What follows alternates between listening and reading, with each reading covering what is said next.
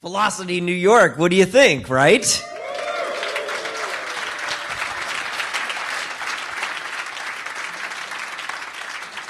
I think that was even more energetic than the morning. Jane, can you please get a picture of me doing this? Because my daughters will think I'm cool. Raise your hand if you learned something today. Rockin'. Oh my gosh, I was just... All right, you didn't raise your hand. What the hell? I was just in Will Law's video talk, and it was, very educational. It was a great talk. He wove in, he was showing live code and kept going from deck to code to browser, and the exact type of talk we'd love to see at Velocity. Awesome. How did your session end out? It was Andrew Schaefer. Have you ever seen Andrew Schaefer speak? Yes. Yeah. Yeah. Have you ever taken acid? I plead the fifth. There's really not that much difference. Yeah. You're being videotaped. It was awesome. Just to remind you, Courtney. How should we do this? We have questions, and we want you all to ask questions as well. And there are my soda. I already tried to drink my microphone. Yeah, so we were talking coming into this. We definitely have things that we care about. And some of them are nitty-gritty. More of them, I think, are higher level. And so I think that would be a good place to start, is maybe we put out things that we've been thinking about and try to get feedback from folks in the audience. So please, if we say stuff and no one walks up to the mics, this is gonna be lame. So please, get ready to get up out of your seat and come to the mics. So I think all of us have a couple. Who wants to go first? You. Okay. Question. I think that the progress and success and adoption of these DevOps best practices has more to do with people than technology. Discuss.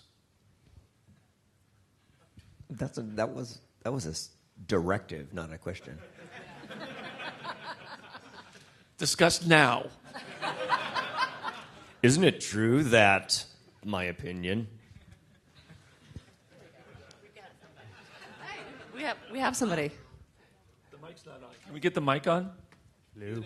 And please tell us your name when you. My name is Chris Mack, Boston, and I was just going to comment on that. Yes, of course, people, and that I'd like to see the culture conference on a day that you can attend that and Velocity in New York. Oh, are you talking about Cultivate? Cultivate, yeah. Oh, yes. To not have it overlap with Velocity. This is a very reasonable thing. And it's not the first time that somebody's said that today. Yes, good idea. Anyone else on people and DevOps? So I was thinking more along the lines of the adoption. For me, I've been doing this for 10 years now. Well, I haven't been speaking for 10 years. I've been speaking for maybe 6 or 7 years about this. And, I thought by now I'd be done, right? And instead it's maybe 1% of websites are where they should be. How is that possible? All of the techniques and tools, not all, but we have a lot of techniques and tools out there.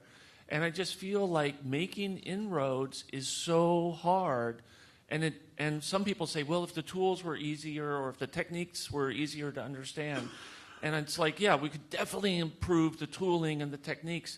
But I don't think that's the issue. I think if people cared about it, that we have enough there now that we could see better performance is the main thing I'm thinking about.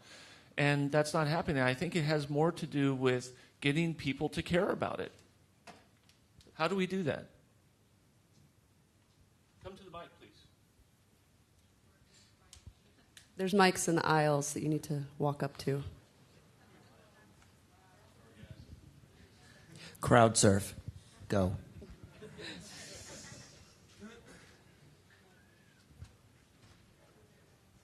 In the middle aisles. I think it's beyond getting people to care. You have to prove to people who are paying us that there's a real business metric towards performance, right? Performance has to be directly correlated to improving the bottom line. Until that's done, no matter how much we care about it, no matter how much we try to show the trend of what we've been doing in order to make the sites better, I don't think that correlation will really matter to the organization because the business leaders are not going to get it. There has to be a real bottom line benefit and directly provable to performance that gets our business leaders to understand that it's to the benefit of everyone in the organization. So I think you need a KPI. So we need to come up with that metric. Those data exist, right? We have case studies like that. There was another really great talk was Jay and Norbert from Intuit talked about their success stories with performance. I don't know if you guys are Jay and Norbert, if you're here, stand up or raise your hand. And they said that they were trying to sell performance internally, and they cited these case studies, Google and Shopzilla and Bing, and deaf ears. And then one of their developers just on the side said, frick it, I'm just going to make some performance optimizations to the site. And when he did that, he tracked conversions or something like that, and it went up. And all of a sudden, the decision makers said, oh, okay, let's do that. And so one of their points, they had a lot of great points, was these case studies exist, and they're awesome and stuff, but sometimes it's hard for the decision makers to internalize or personalize these case studies from a Netflix or a Twitter or a Google. And Intuit is a pretty big company, but maybe even there, it didn't seem to be us. I actually want to add to that topic. We talked about selling, right? And for quite a lot of years already, we created the white papers, and we invented RUM to start with, right? To try to correlate with business metrics and so on. But today I saw this, like one of the keynotes was about visualizing the metrics, right? And all of us in the audience loved it, right? Because graphs were exactly what we geeks understand. But I don't think business people that need to approve it actually look at graphs or look at data the same way we do. And from what I probably mentioned it to Steve early on, that some of the responsive design concept related to our business much better because the phones are much more small and physical in their hand, right? So it kind of gave me insight that maybe we need to create those mind tricks or something that explains to people on the other side of the business, right? People that are not technically educated, not in technology, but in whatever our other side of business is, right? And in my case, it's marketing maybe, but for some others, it's, I don't know, business or e-commerce and whatever. Maybe we need to speak their language and create those tricks in their language and explanations in their language. I want to make a comment. I know you've got something to say. A couple things. One is I don't think we can have enough case studies. So we should always be doing this. I totally agree with that. Like we were looking at proposals, and I was like this Intuit proposal, again, an awesome talk. And when we were reviewing proposals, I was like, we've had a lot of case studies. How many case studies and after listening to that talk, I'm like, every year we need case studies. Right. Because while the Shopzilla and the Bing and Google case study gets trotted out a recent amount, it was still 2009. The other thing is, I think underlying this is that engineering is not something that sits in isolation, no matter what kind of engineering you do. Engineering includes marketing. If you have a brilliant idea, but you suck at telling people about it, then you didn't have a brilliant idea. And so you can't just state a fact, set it over here, and say, "See, you do have to sell it. This is the large challenge." And I'll argue. Where did Sergey go? No, he like disappeared. Oh, there you are. Wow. Do you have teleportation? You turned into Andrew. You turned into Andrew Schaefer. That's so weird. I will say that there is actually business people. Actually, I would say that they're quite fond of graphs. My friends at NASDAQ would say that they're quite fond of graphs. If the axis has the dollar sign on it, Yeah, the right vocabulary. then I would say a picture is worth $1,000 words. I want to comment on the vocabulary thing, though, because when we all look at these and you look at something to you inherently, like 300 milliseconds makes a lot more sense probably to us than to somebody in the business. Like 300 milliseconds, they're like that's nothing. And how does that matter? So that's actually a really good point, because I think some of us can look at that or watching that web page test stuff this morning was sort of jaw-dropping, but that may not be enough to convince someone in that role. So before I try to answer your question, I want to say thank you. And you guys are just icons and creating a movement that is significantly changing the world. So thank you.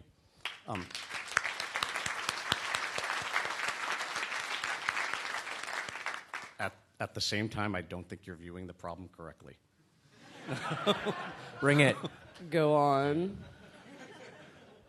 The problem isn't that they are adhering. The problem is that we haven't repeated it enough in as many different varieties, in as many different locations, in as many different ways, because every person has a different listening ear. And it is up to not only to you, but to me, to us, to speak, to write as many times, present as many places as we can possibly do it, to create the multiplicative effect that will do it in, honestly, it's more like a 10-year, if not a 20-year type of change. For things that are radically more self-evident than DevOps, it took much longer. It took Nelson Mandela 27 years of sitting in jail under much worse conditions than any of us will ever see to convince a people that apartheid was wrong. That it takes patient repetition without making the other side wrong, and the amount of times that the repetition is unguessable. It is, you only know when you've reached the point where public consciousness tips over. And the amount of people that you're trying to do is worldwide, because it's not just IT, it is IT, it is business, it is marketing, it is sales, it is everybody. To make them understand is, you can't actually make them understand, you can only consistently reveal what is apparent. And it is your job to repeat. Word. I totally agree, yeah.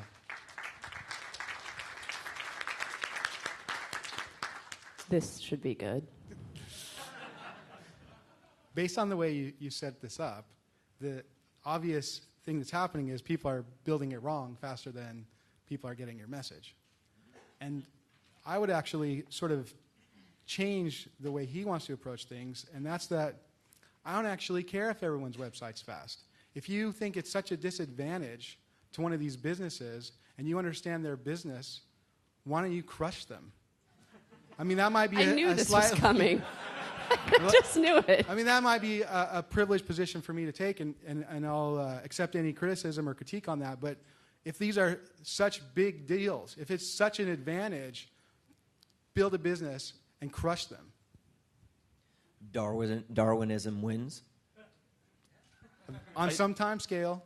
I agree with that. How fast can you do it? I think the hard thing is, although performance or scalability or availability is important, and to us it might be like the most important thing, in where people spend their money, that might not be the ultimate thing. And so just having a faster website might not be enough to displace someone who's like the market leader for 10 years.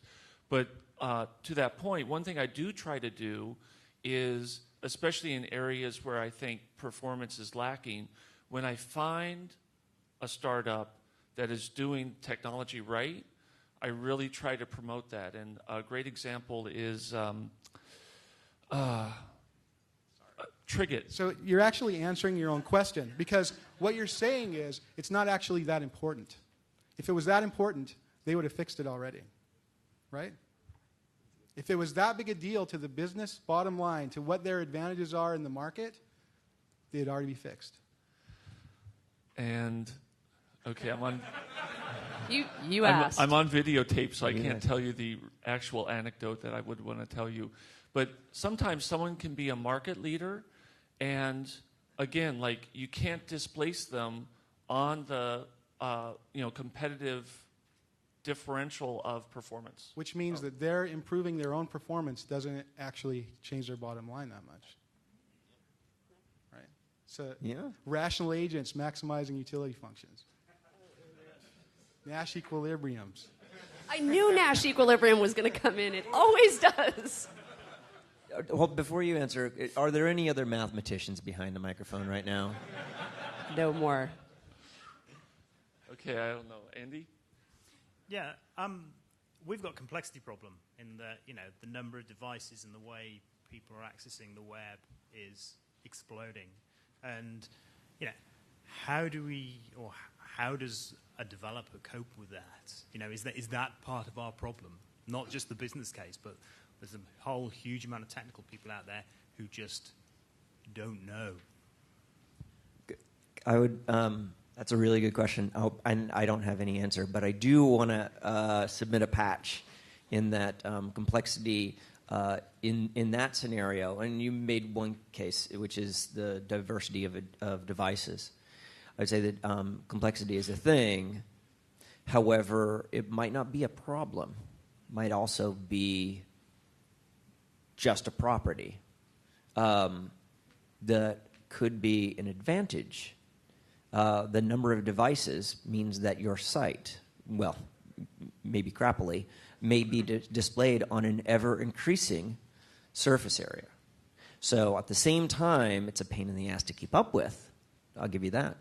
It's also a huge advantage because these are screens that don't just sit on a lap or a desk anymore. So I would say that our ability to keep up with them is certainly a challenge. But their multiplication could be opportunities. So I didn't answer your question, but it talked a lot. No, but I kind of wanted to speak to that because something that struck me a lot sitting in the mobile track today was we talk a lot about the challenges of mobile, right? And there's certainly a lot of teeth gnashing about the network and those kinds of things and things that we may or may not have so much control over. But what was really surprising to me, when O'Reilly got called to the carpet by Ilya on our own website for things that we should already know. It's ridiculous. So there is a point where I feel like people have sort of thrown their hands up about mobile and just thrown screw it, tons of devices, we can't control the network, we have no control over the carriers. And it's like all the rules went out the window. And now we're worried about complexity. Tackle the things you know how to do before you even start worrying about complexity. And so I was very surprised by that. That seems to me to be a thing, that mobile is way behind on stuff we already know. And that shouldn't be an issue. Everybody should have gone, okay, we mobile web, well, here's all the stuff we know about the web, next. And that has not happened. So that's a question I didn't really pose as a question, but. I've definitely seen that a lot, where it seems like even people in the same company who did a really good job on their desktop website with performance, it's like they forgot everything when they did the mobile version. And it's like, well, yeah, a lot of that stuff still applies. Most of it does.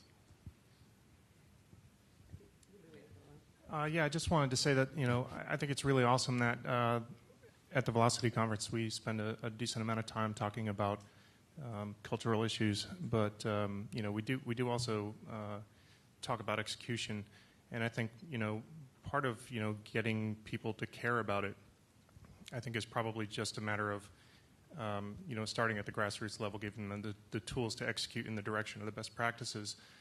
And this is, to some degree, aren't we just dealing with the same thing that Linux dealt with getting into the data center, right? It's really about the people who end up taking the initiative to execute and put something in the environment in Skunkworks. Same thing we saw with the talk about performance. Somebody took the initiative on their own. They made some improvements to pages. They saw conversions go up. All of a sudden, people get it. I think it's a really uphill battle to try and get the ideas to be inserted at the top and then trickled down. I think organizational change in technology-driven organizations has a tendency to build consensus at the bottom and work its way up. So I think Velocity, and I think all you guys are doing a fantastic job of covering both bases. So thanks again for that. I agree with that, and I love the grassroots bottom-up part of that. But I also know that I've been at a lot of different companies, and the last two companies I've been at have been started by engineers, Jerry and Philo and Larry and Sergey. And I'll tell you, being at a company started by engineers, and those engineers cared about performance, thankfully for me, really changes, I think, affects how everyone in the company focuses on that. So I think you have to be a little adaptive here. Like, I think if you can get buy-in at the higher levels in the company, the executive levels, I think you should try to do that. If that doesn't work, and I think even if you can do that, it's not one or the other. Like, even if you can do that, having some VPs or CEOs tell the actual developers what they have to do and focus on isn't really successful either. And so you kind of want to have both. So I would encourage people, like I did a conference in Amsterdam last week, and when I flew in, the first thing, I went straight from the airport to KLM headquarters and did a talk to some of their execs about the importance of performance. And so I think, it's good to do it, to try to drive that from both directions. To go back to complexity real quick, I think one of the issues is that I've seen here is the idea of best practices. Because, we've heard from Google, Facebook, Netflix, but everybody had different ideas and different methods, which is great. But it's really hard to prove that to people. You're saying we have all these use cases and everything. Different people, different tools, different setups, and it's going to be real hard to convince people. And again, while the complexity is good for us to be able to choose what works best for us, it makes it that much harder to prove to people what in the hell is actually the best. And so that's my... I would argue, though, I think that at the level of talking about why hasn't performance gotten to where we think about, there are some, you wrote some rules, Steve. Didn't you write some rules? Some pretty basic ones. So I think there is a level there of, like, it doesn't matter what, your organization's like or what your stack's like, cache your stuff. Put your JavaScript at the bottom. Like, those are the kinds of things that I think there are some best practices around, so there's a mix. Another way, and I just thought of this, so it's probably not very smart. If you have a conversation, and let's make it super simplistic, right? I've got this opportunity to work on this new feature, or I have this opportunity to make the existing feature fast. If the answer you get is, we have to work on the new feature, and why is that? Well, it's because the new feature is going to get us more sales, or it's going to get us more revenue. Is that okay? So implicitly, does that mean that when I'm done with this feature, is it okay for me to slow down the rest of the site? And if the answer is no, then why? So if it's okay, if it's not worth speeding up the site, then tell me what the cost is of slowing it down. If you're okay with the performance, do you see what I'm saying? And at which point, it's like the sort of the perennial capacity planning. And when my team comes up with, okay, well, how many servers are we going to need? And they'll say, well, insert some Excel or some R, some forecasting, blah blah blah. Bing, we're going to need 25 servers. To which I always ask, why not 24? Why not 100? And if you have answers to those questions, rock on. But if you don't have answers to those questions, what you're doing is you're implicitly saying it is actually subjective and you don't know. So, restated, are you willing to be blissfully unaware of what could make you more money? That might be another way of saying it. I probably shouldn't talk to your bosses. So what I heard was the next time you're asked to add a new feature, do it in a way that really slows down the website. Is that what you said? Ask if it's okay to slow down the website. Maybe right? Do that after you slow it down. Either way. Okay. I think we'll go over here. I don't know who was here first, actually. I can't keep track. Sorry. Okay, I'll go. So you talked about spreading DevOps beyond the 7 years that you've been talking about in Hawaii. You haven't made more progress. To what extent is your message focused on the KLMs of the world versus the Googles of the world or the small startups? Because it seems to me the way we're positioning it is this is really a great tool for the beleaguered CIO who's getting pushed aside and the developers are siding with the business and going directly to the cloud. This is a way for them to become more relevant in traditional business. Is that a lot of what you've been talking about? Have you been talking more to the Fords and the KLMs or more to the smaller companies? All of the above. So my thing I really have been enjoying doing lately is talking through VCs to their portfolio companies. So for Excel, First Round Capital, Google Ventures, a Hawaiian one, Blue Startups. I'm trying to get them to fly me out. I've done workshops with their portfolio companies. And so, like we ended the workshop, an hour later I got an email from the portfolio company that said, I reviewed them as part of the workshop. They said, yeah, we did about half the things that you suggested, and we took our site from 7 seconds to 2 seconds, right, in 1 hour, right? So, and it's a lot of this easy stuff, the gzip and things like that. I try to. I actually thought so. I think I talked to all the different kinds of companies. And I think it works for all different kinds of companies. I actually think it's easier for smaller companies to change stuff than it is for bigger companies just because of legacy and administrative bureaucratic hassles. Where I thought you were actually going to go was enterprise. And I don't know if you guys have gotten any feedback to that. That's certainly something that we've talked about a lot internally is I think we would all agree enterprise is underrepresented in the Velocity audience.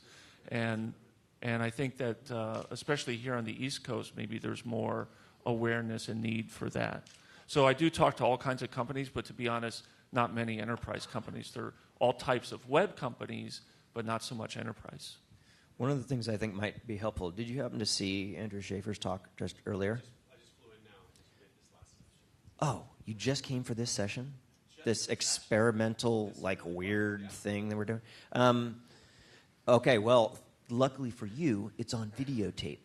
And so you should go watch it. And the other awesome thing is this is actually the best session of the whole conference. Yeah. Trust me. I wasn't this funny earlier. Andrew talked a lot about organizational learning. And that's, I think, a really large piece. Put aside DevOps, put aside Agile, put aside any other sort of best practices and methodology and all of those things. As Andrew said, those are just words. They are a means to an end. And whether you are KLM or whether you are Kraft or whether you are GM, you're still interested in moving your business forward. And the way that you do that is being explicit in learning about your own organization and how it works and whatever sort of external factors that you've got going, right? I hate that I'm going to do this. I'm going to point to Toyota as sort of it's unfortunate because they weren't the only ones looking at learning from the work that they were doing on a daily basis, but they are an example of organizations. Now, DevOps is really just one part, right? I think Theo Schlossnagle said it, I think, 2 years ago now. It's really star ops. Right? It is design. It is finance. It is legal. It is HR. And a lot of the stuff that you hear from Andrew's talk today, from Richard Cook's talk from Tuesday, is equally applicable. Contexts are going to be different, and age of organizations and the dynamics at play that may stand in the way of organizational learning may be different, but the goals are still the same. So So yes, I think it should be applicable. Andrew has another thing that he's been saying lately, which is, if you're not building a software business, you're losing to someone who is. And I think that the core of that is not if you're not using technology in such a way, you're going to lose, but if you don't have the mentality of how your organization should work that software organizations tend to have, or at least that's a piece of it, then you're missing out. And so the big change is very much about the people and the structure and whether that does or doesn't allow them to learn and to develop new ways of doing things. Andrew, your patch to if you're not building a software business, then you will lose to somebody who is. What was your patch again? Oh, was there a patch to that? I couldn't be there. I was in here. Okay, so we've moved on. If you're not building a learning organization, then I already extrapolated what you meant from the first one to that one, though, so I was ahead of you. So I have a question then. Okay. Sweet. Good. So, I have kind of a question from the culture track yesterday that's sort of related to this. You can either come up and talk about this, or maybe it's a show of hands things, but how many people are in engineering roles and think that you can still do your job and not care about how people work? Honestly. No hands went up? No one? So there's nobody here who thinks they can just hide in a corner and write code and that's okay? I think you have to phrase the question a little differently. Okay. How many people here work closely with HR at your company? Okay, that's a way better question. Thanks, Steve.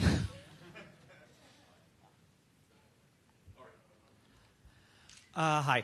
So we've seen kind of a shift from software and interconnectivity from way back in the days of CompuServe and AOL dial-up, where you had a single-purpose client connecting over communication protocols, to the advent of the World Wide Web and browsing. Now we're getting back into that phase of fat client or mobile client, where the internet is becoming simply a communication protocol for these services to exist. Are we seeing a decline in the World Wide Web and the browser-based experience?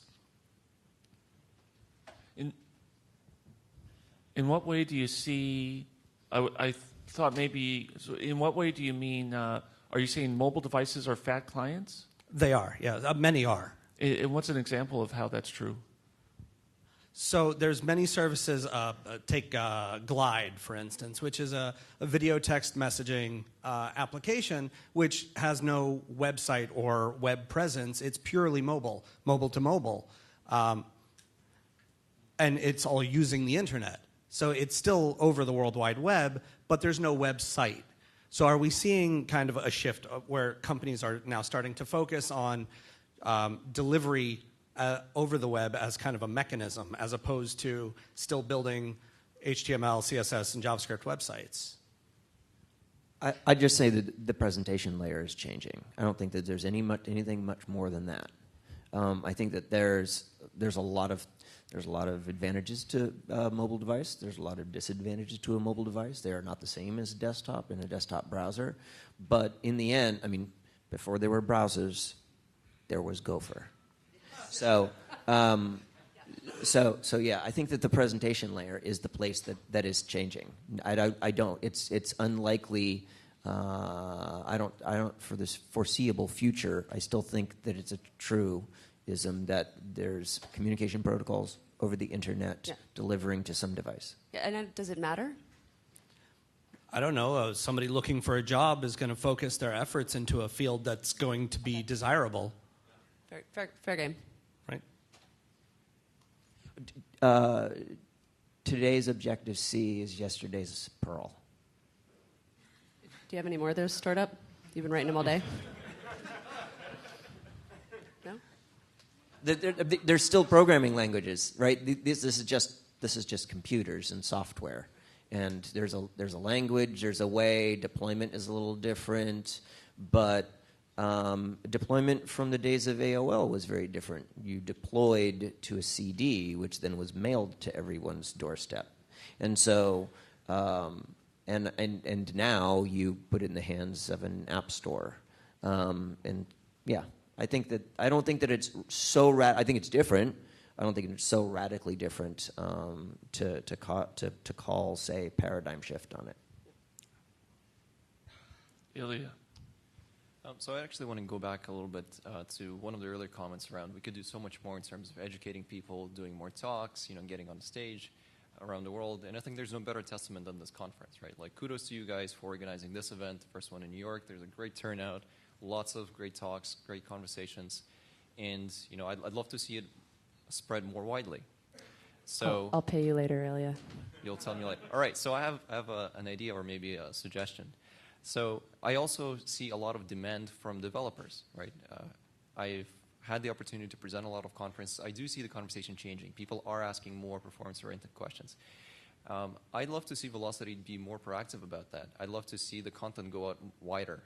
For instance, I'd love to see the videos be available online and free because I think there's so much knowledge packed into these conferences. I've attended like 3 talks. There's another 30 that I missed, and I want to watch them. And I'd love for the rest of the world to be able to see that because I think we'll just grow that pool. It'll pick up the conference as well. So can we make those videos online and free? Duly noted.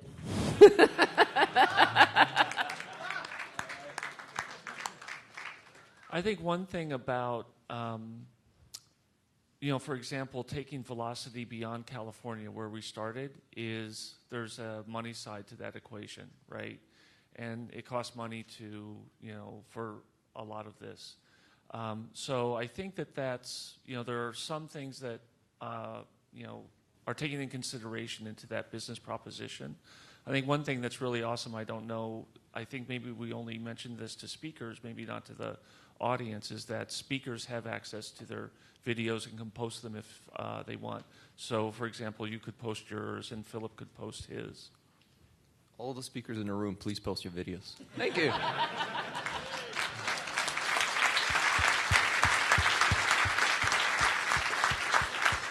And I'll mention that this specific topic, videos, is something that has progressed over time. So when we did the first Velocity, I think we only videotaped the keynotes.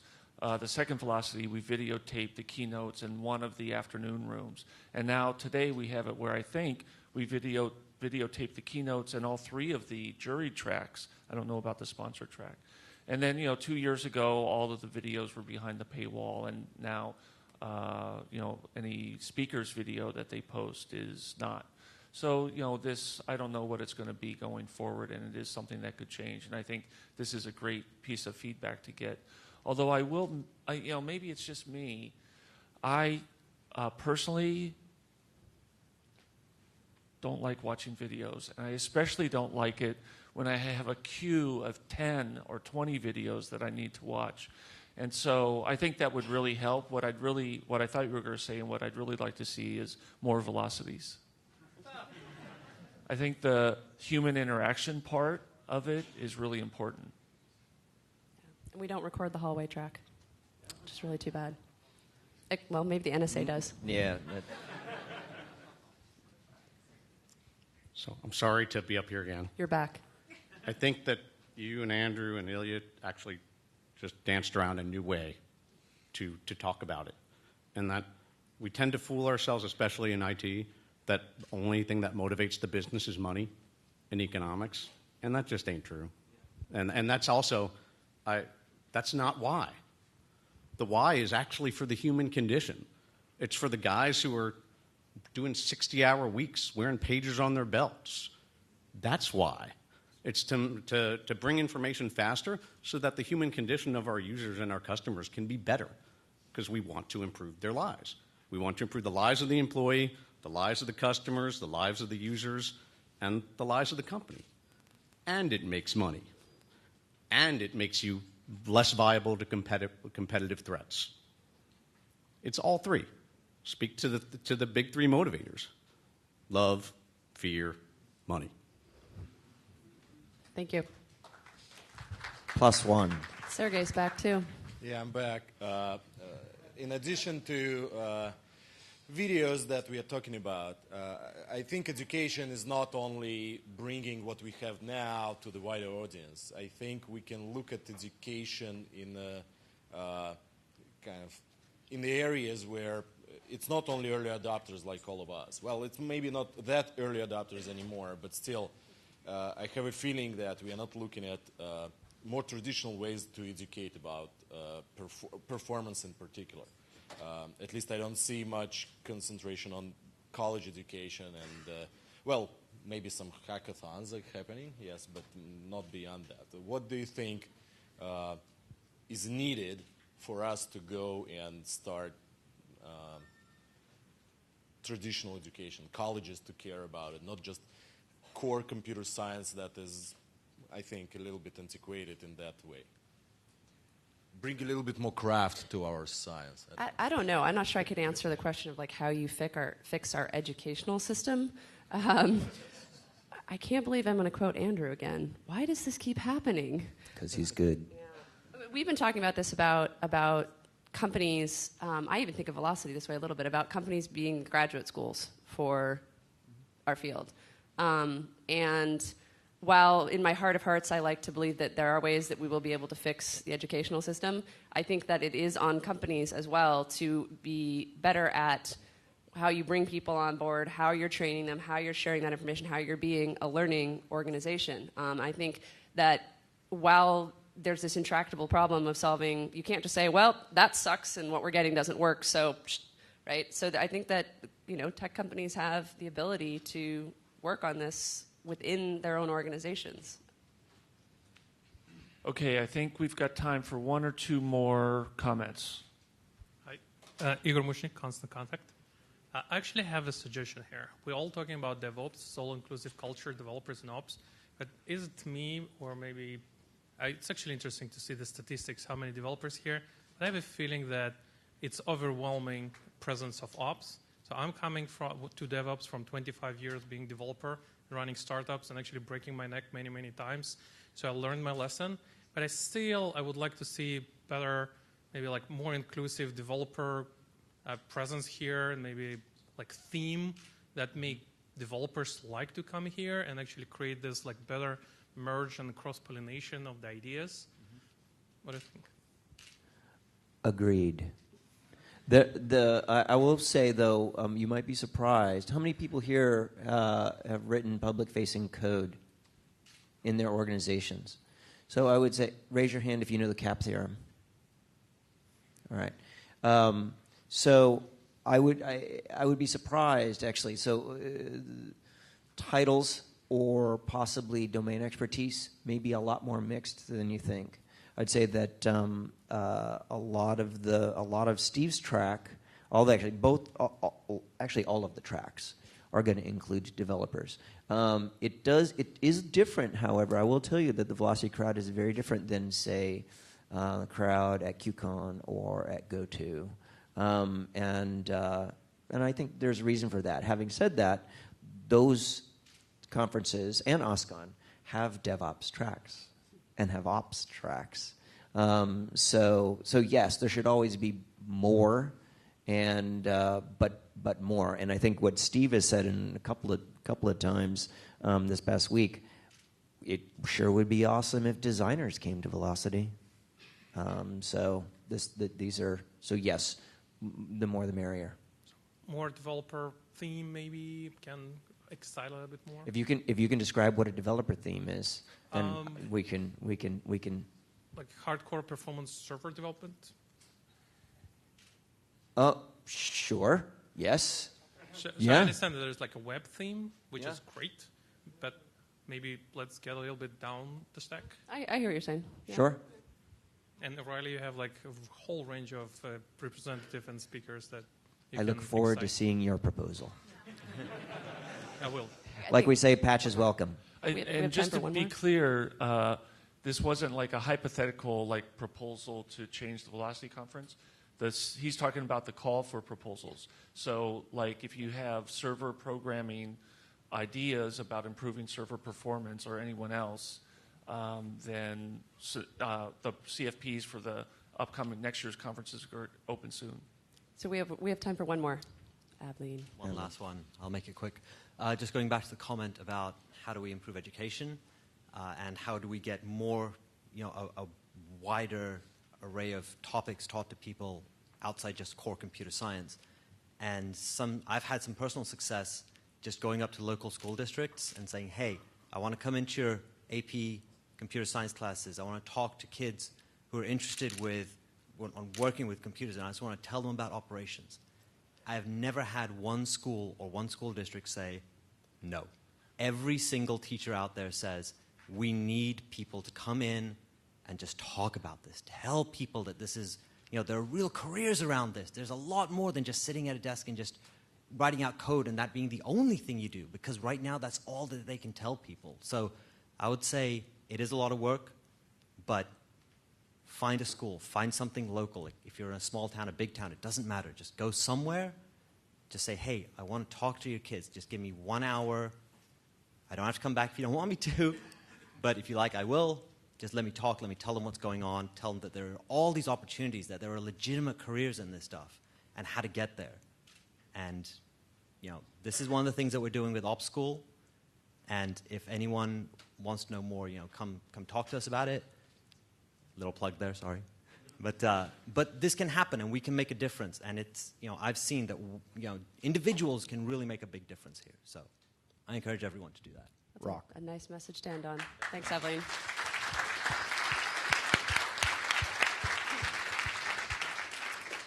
All right, so I think the next thing we need to do is go to the Bridges Bar for the reception sponsored by SOSTA. Who is the? SOSTA, yeah. And that's going to be downstairs. Just go down that escalator, and we'll all be there, and you'll all be there, and let's talk some more. Thanks, everyone. Thanks for See coming you to next Velocity. year.